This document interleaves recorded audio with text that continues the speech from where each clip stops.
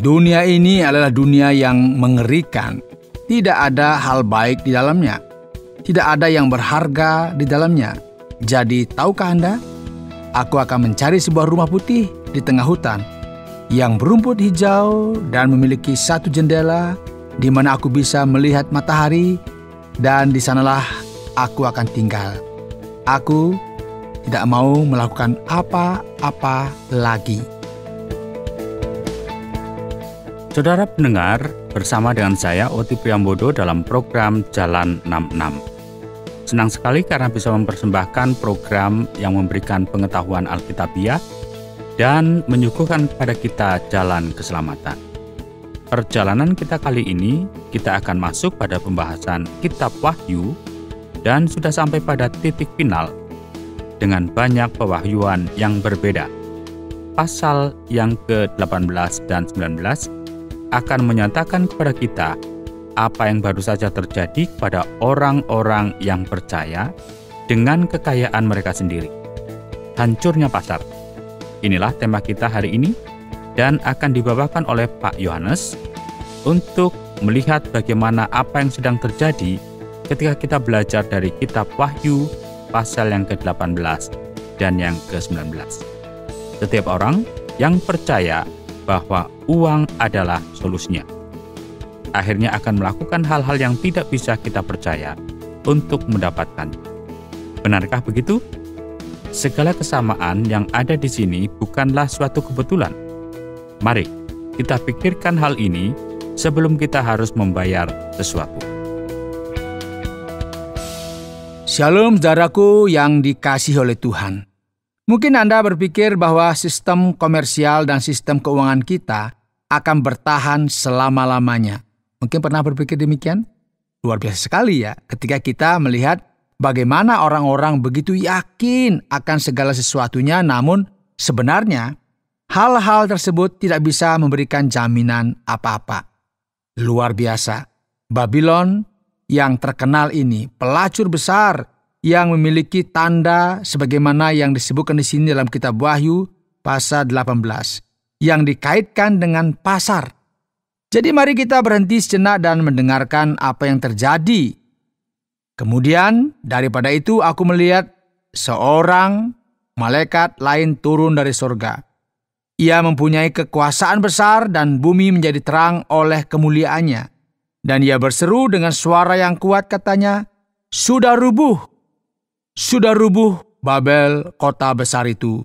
Dan ia telah menjadi tempat kediaman roh-roh jahat, dan tempat bersembunyi semua roh najis, dan tempat bersembunyi segala burung yang najis dan yang dibenci. Karena semua bangsa telah minum dari anggur hawa nafsu cabulnya, dan raja-raja di bumi telah berbuat cabul dengan dia, dan pedagang di bumi telah menjadi kaya oleh kelimpahan hawa nafsunya. Saudaraku, kita perlu berpikir mengenai kuasa anti Allah yang kita biasa gambarkan sebagai sesuatu yang secara esensial merupakan kuasa politik atau kuasa agama. Dan tidak bisa diragukan lagi, Babylon yang besar ini, pelacur ini secara langsung dikaitkan dengan hal ini. Namun salah satu aspek yang sering sekali dilupakan adalah bahwa kebencian dari sistem anti Allah ini berkaitan secara langsung dengan pasar. Oleh karena itu, saudara, dengan hancurnya pasar, kita akan melihat jatuhnya Babylon besar ini. Inilah mengapa firman Tuhan dengan jelas menuliskan, mengapa begitu banyak rasa kurang bersyukur di dunia ini, meskipun ada banyak hal terdapat di dalamnya. Karena faktanya banyak orang yang mengeksploitasi orang-orang yang membutuhkan. Ada banyak sekali orang yang hidup dalam kemewahan dan kemegahan, sementara jutaan orang, bahkan miliaran orang hidup dalam kondisi yang kurang berada. Firman Tuhan dengan jelas menyatakan kepada kita sekali lagi bahwa Alkitab sangatlah benar ketika mengatakan bahwa cinta akan uang adalah akar dari segala kejahatan. Dan di sini kita melihat dari kehancuran besar, keruntuhan besar, pasar yang kolap, hancurnya pasar secara total, dan setiap orang menjadi takut. Dengan demikian, kemewahan yang berlimpah dari para pedagang ini diamati, dan Babylon sekarang akan dihukum. Dosa-dosa mereka akan menumpuk sampai ke sorga, dan Babylon akan menderita terkait dengan apa yang telah mereka lakukan. Dan raja-raja di bumi yang telah berbuat cabul dan hidup dalam kelimpahan dengan dia akan menangisi dan meratapinya apabila mereka melihat asap api yang membakarnya. Semua ini terjadi dengan tiba-tiba, nggak diduga-duga. Ya, inilah firman Tuhan. Celaka, celaka engkau, hai kota besar Babel, hai kota yang kuat, sebab dalam 1 jam saja sudah berlangsung penghakimanmu. Mari kita amati bahwa gagasan utama yang terdapat di sini adalah hancurnya pasar dan pedagang-pedagang di bumi. Demikian kalau kita perhatikan ayat 11, menangis dan berkabung karena dia, sebab tidak ada orang lagi yang membeli barang-barang mereka, yaitu barang-barang dagangan dengan emas dan perak, permata dan mutiara, dari lenan halus dan kain ungu, dari sutra dan kain kirmisi, pelbagai jenis barang dari kayu yang harum baunya, pelbagai jenis barang dari gading, pelbagai jenis barang dari kayu yang mahal, dari tembaga, besi dan pualam, kulit manis dan rempah-rempah, wangi-wangian, mur dan kemenyan, anggur, minyak, tepung halus dan gandum, lembu sapi, domba, kuda dan kereta, budak, dan bahkan nyawa manusia. Dalam sebuah dunia tanpa Allah, dunia tanpa nilai yang dipenuhi dengan eksploitasi umat manusia, masing-masing orang memburu sesamanya. Manusia menjadi barang dagangan. Namun sekarang akhirnya dari segala sesuatunya sudah tiba. Dan Babel besar itu, pelacur itu, reruntuhannya telah ditetapkan. Dan hanya dalam 1 jam saja semua kekayaannya dihancurkan.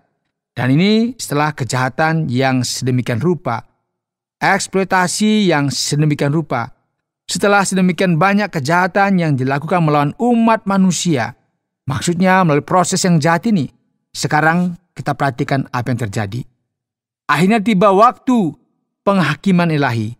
Dan inilah mengapa firman Tuhan berkata, saudara, celaka, celaka kota besar yang berpakaian lenan halus, dan kain ungu dan kain kirmisi, dan yang dihiasi dengan emas dan permata dan mutiara, sebab dalam 1 jam saja kekayaan sebanyak itu sudah binasa. Wow, bisa dibayangkan saudara, bangkrut. Dan setelah memberikan konfirmasi terkait dengan kehancuran ini, kita melihat bagian yang lain, saudara.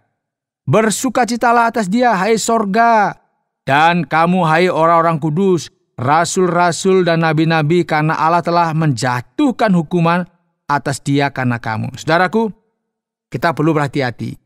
Ada banyak sekali orang yang tidak memiliki kesadaran, yang tidak berpikir tentang konsekuensi, yang melakukan segala sesuatu untuk mengeksploitasi orang-orang yang lemah dan yang membutuhkan. Kejatuhan mereka akan terjadi sekejap saja, sehingga mereka tidak akan memiliki waktu lagi untuk meringankan sakit mereka ketika kehancuran mereka tiba.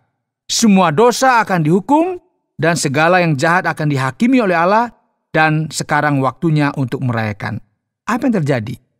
Dan suara pemain-pemain kecapi, dan penyanyi-penyanyi, dan peniup-peniup seruling, dan sangkakala tidak akan kedengaran lagi di dalamnya, dan seorang yang ahli dalam sesuatu kesenian tidak akan ditemukan lagi di dalammu, dan suara kilangan tidak akan kedengaran lagi di dalammu, dan cahaya lampu tidak akan bersinar lagi di dalammu, dan suara mempelai laki-laki dan pengantin perempuan tidak akan kedengaran lagi di dalammu, karena pedagang-pedagangmu adalah pembesar-pembesar di bumi.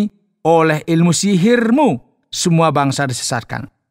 Namun kini semua orang kaya ini, semua orang yang hidup dalam kelimpahan dan dengan aroma yang indah ini akan dihina. Dan di dalamnya terdapat darah nabi-nabi dan orang-orang kudus dan darah semua orang yang dibunuh di bumi. Saudaraku, ini merupakan sesuatu yang mengerikan ya. Namun banyak sekali orang, populasi yang ada di dunia hari ini yang hidup dalam kesedihan. Sementara sebagian kecil dari mereka hidup dalam kemewahan. Dan banyak dari orang-orang ini menyebut diri orang Kristen. Sikap dan gaya hidup yang seperti ini, cara pikir seperti inilah yang telah menyebabkan kehancuran banyak orang yang ada dalam sistem Babel. yang pada akhirnya akan menerima penghakiman ilahi. Ini nggak hanya dalam sisi politik atau agama, namun sisi komersial dari kekaisaran yang tanpa Allah ini, dari kota yang menentang Tuhan dan Sang Anak Domba. Dan sekarang sampailah kita pada masa kejatuhannya, masa ketika pasar uang hancur.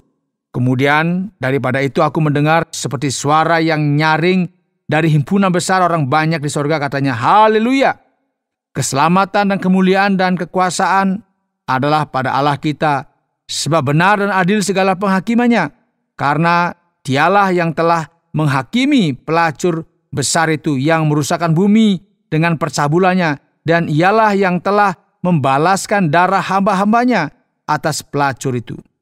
Dan untuk kedua kalinya mereka berkata, haleluya, ya, asapnya naik sampai selama-lamanya. Saudaraku, luar biasa sekali bagi kita untuk memahami bahwa suatu hari nanti segala kejahatan, segala ketidakadilan, segala yang salah dan eksploitasi yang ada di dunia ini akan dihancurkan dan dimusnahkan oleh Tuhan yang Maha Kuasa, yang benar dan berdaulat.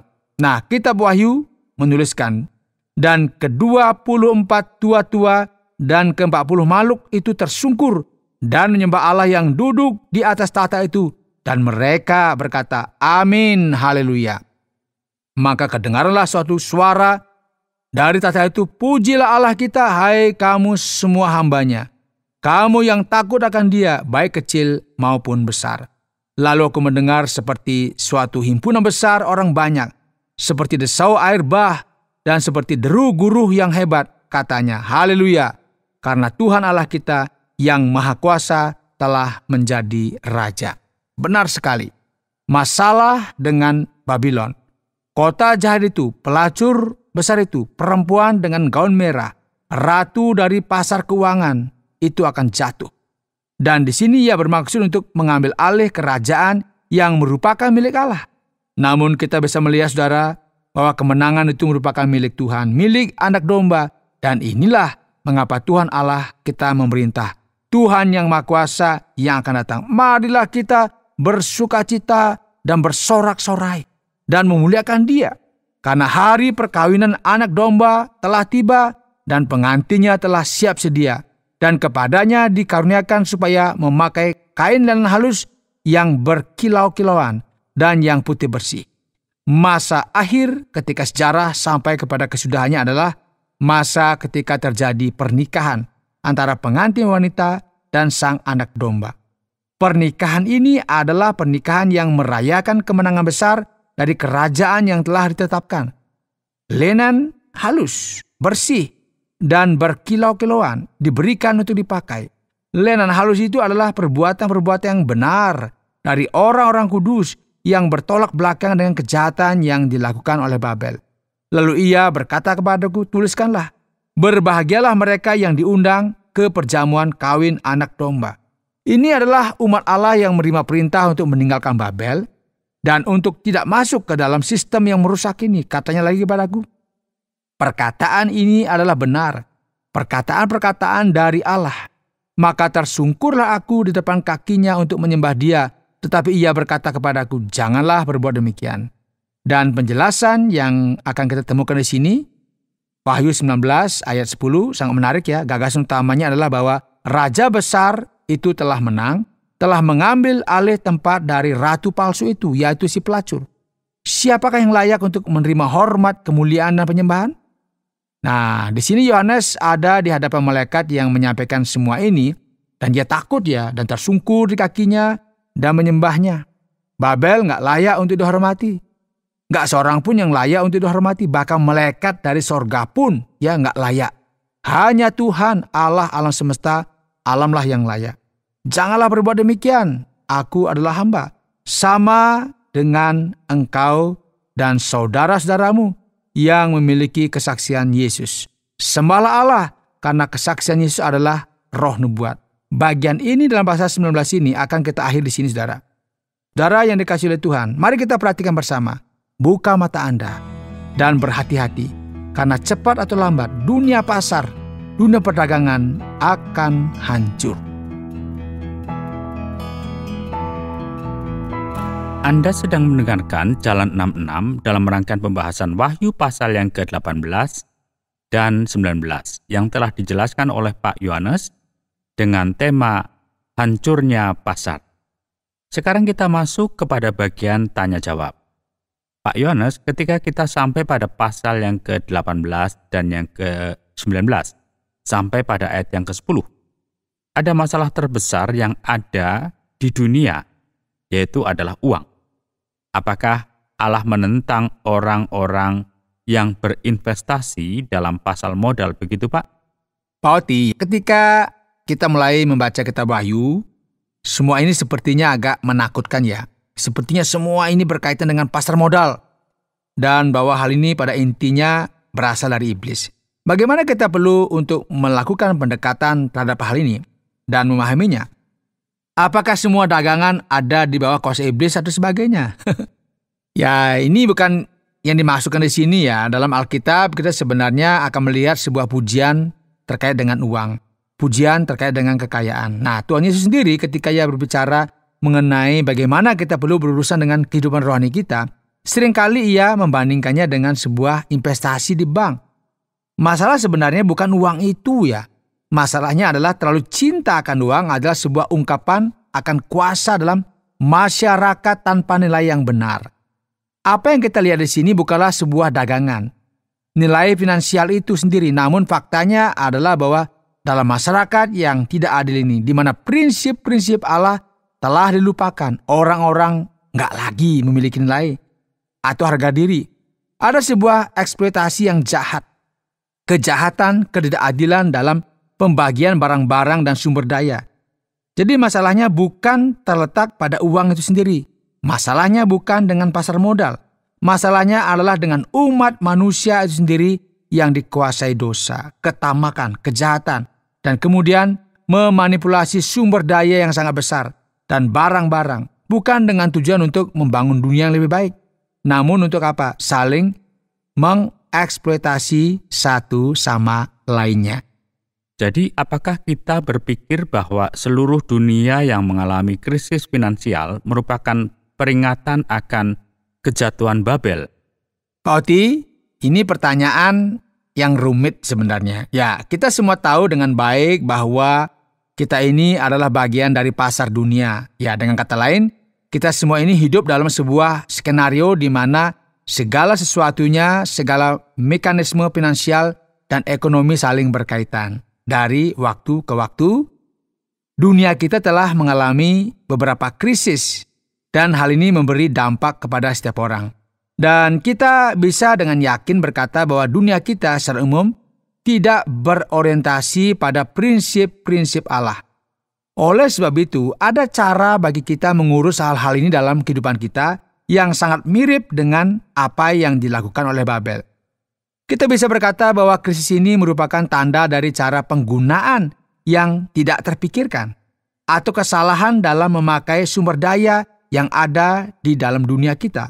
Dan semua ini menunjuk pada ledakan tertentu dalam sistem yang tidak didasarkan pada keadilan dan kebenaran. Ya, benar sekali. Krisis ini merupakan masalah. Tanda di mana manusia terpisah dari Allah. Merdeka dari Allah nggak akan membawa kita jauh. Dan mereka mengabarkan kejatuhan dari Babel besar. Dari masyarakat yang memisahkan diri dari Allah secara sengaja. Sekarang jika kita berpikir tentang diri kita sejenak, ayat yang keempat dalam pasal yang ke-18 berkata bahwa kita perlu lari dari Babel. Bagaimana hal ini mungkin, Pak Yohanes? Apakah kita harus menjadi biarawan atau biarawati begitu? Ataukah kita harus hidup di atas gunung yang terpencil? Iya, Pak Oti. Bagaimana kita bisa lari dari Babel? Ada beberapa orang yang melakukan apa yang Anda katakan tadi ya. Dunia ini adalah dunia yang mengerikan. Nggak ada hal-hal baik dalamnya. Nggak ada yang berharga di dalamnya. Jadi, tahukah kita? Aku akan mencari sebuah rumah putih di tengah hutan yang berumput hijau dan memiliki satu jendela di mana aku bisa melihat matahari dan di sanalah aku akan tinggal. Aku tidak mau melakukan apa-apa lagi. Namun bukan seperti ini caranya. Kita seperti melarikan diri. Tantangan yang gereja hadapi bukanlah dengan meninggalkan dunia secara geografis, namun meninggalkan ideologi dan perasaan spiritual yang ada di dalamnya. Yesus sendiri berdoa untuk hal ini supaya kita memiliki sebuah sikap berbeda dan gak menjadi sama dengan dunia ini. Kita perlu menjadi garam dan terang dunia. Cara untuk kita berurusan dengan kekayaan, dengan harta kita, dengan tetangga kita adalah yang akan membuat perubahan. Kita meninggalkan Babel dengan cara menyingkirkan diri kita dari sistem yang gak adil ini, yang mengeksploitasi kita dalam kehidupan kita sehari-hari sebagai orang Kristen. Pasar yang disebutkan di sini tidak hanya akan runtuh, namun juga akan tercabik-cabik. Bagaimana mungkin seseorang bisa menjual orang lain? Sebagaimana yang kita lihat dalam ayat yang ke-13 ini, Pak Yon. Apakah bagian ini berbicara tentang pasar gelap yang menjual organ tubuh manusia begitu? Pak Oti, kita perlu mengingat apa yang terjadi di sini. Dalam konteks Kekaisaran Romawi, ada perbudakan. Jadi fakta mengenai orang-orang yang diperjualbelikan, sebagaimana juga kita ketahui dalam sejarah di akhir-akhir ini tentu merupakan sebuah realita yang menyedihkan yang berkaitan dengan perbudakan. Ada versi yang lebih tua yang berkata bahwa jiwa manusialah yang dijual. Namun hal ini harus diterjemahkan secara utuh biar tidak menyesatkan. Manusia terdiri dari tubuh dan jiwa. Jadi gagasan yang ada di sini jelas sekali bahwa dalam dunia yang jahat ini, di mana uanglah yang mengendalikan setiap aspek kehidupan, manusia tidak lagi dianggap sebagai manusia.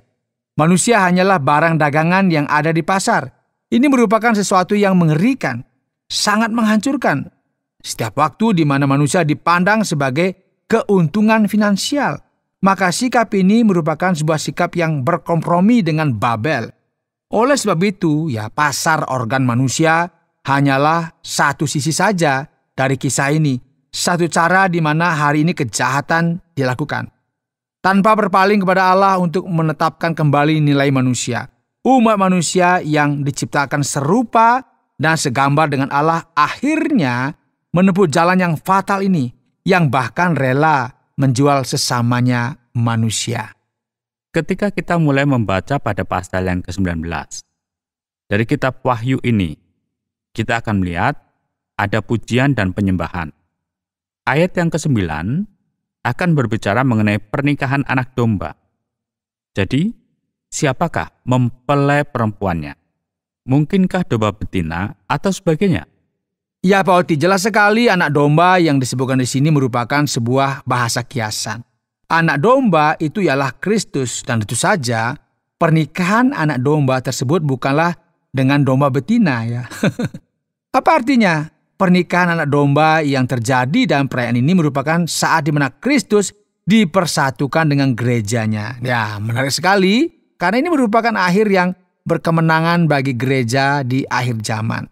Ada beberapa orang yang percaya bahwa ini terjadi sebelum kesudahannya.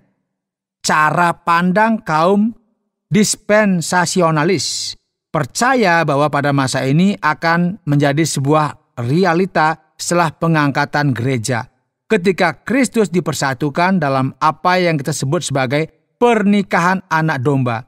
Dan hal ini akan terjadi sebelum kedatangan Kristus ke dunia ketika kesukaran besar terjadi di dunia. Pernikahan ini akan terjadi di atas sana. Secara umum, para ahli memahami bahwa pada akhirnya Kristus dan kehendaknya lah yang akan menang.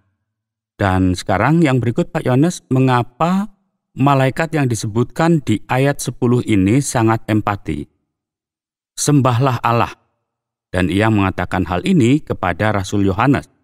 Ya Pak Oti, segala sesuatu yang berkaitan mengenai hal ini berhubungan dengan sebuah fakta bahwa Tuhanlah satu-satunya Raja. Babel mencoba untuk mengambil alih dari apa yang merupakan milik Allah, yaitu posisinya sebagai Raja, Tuhan atas segala sesuatu. Dan yang ada di balik roh Babel ini sendiri adalah setan yang mencoba untuk mengambil alih Allah dari apa yang merupakan miliknya, kemuliaan dan keilahian.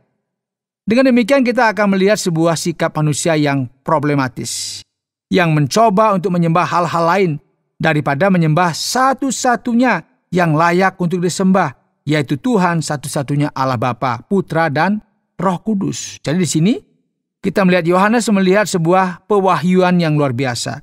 Dan ia tersungkur di kaki malaikat tersebut. Jelas sekali bahwa ia dikuasai ketakutan. Dan malaikat ini berkata, jangan lakukan itu, sembahlah Allah saja. Oleh sebab itu, mari kita perhatikan, tidak ada orang Kristen, tidak ada pemimpin agama yang sedemikian rohani, sedemikian penting yang ada di dunia ini yang layak menerima pujian. Penyembahan seperti yang dilakukan oleh agama manapun. Hanya Allah yang layak untuk kita sembah. Baiklah, terima kasih banyak Pak Yohanes. Dan bagi Anda sekalian para pendengar yang terkasih, sebagaimana yang Anda ketahui dengan benar, waktu adalah uang. Jadi mari kita mendengarkan dengan seksama kesimpulan akhir dari pelajaran kita hari ini, dan acara kita akan berakhir dalam bagian ini. Saudara, hari ini dalam Jalan 66, kita telah mempelajari kitab Wahyu pasal 18 dan bagian awal dari pasal 19. Saudaraku, tema kita hari ini adalah hancurnya pasar. Benar sekali. Pasar modal yang hancur akan terjadi di Babel. Segala sesuatunya sepertinya aman-aman saja dan sekarang seluruh dunia perdagangan tiba-tiba segalanya hancur berkeping-keping. Jika Anda mendengarkan hal ini dengan seksama, mungkin Anda berpikir, oh tunggu dulu. Jadi di manakah saya harus berinvestasi? Bagaimanakah saya berurusan dengan keadaan yang seperti ini? Saya memiliki sebuah nasihat yang bagus bagi Anda. Ketika kita sampai pada titik di mana kita harus mendepositokan pengharapan kehidupan kita, Anda perlu tahu apa yang terbaik. Tempatkanlah hal itu di dalam Kristus, di dalam kerajaan Allah. Satu-satunya hal yang kita bisa yakin ketika kita harus menginvestasikan kehidupan kita. Saudara pendengar, karena waktu yang tidak memungkinkan, kita akhiri program Jalan 66 kali ini. Kami menantikan Anda untuk tetap mengikuti pelajaran berikut dalam lanjutan pembelajaran Alkitab yang memberikan pelajaran menyeluruh tentang firman Tuhan. Jika Anda memiliki pertanyaan atau berespon terhadap topik berhubungan dengan program ini, silakan menyampaikan melalui WhatsApp ke nomor 081 333 777 386. Terima kasih atas perhatian Anda.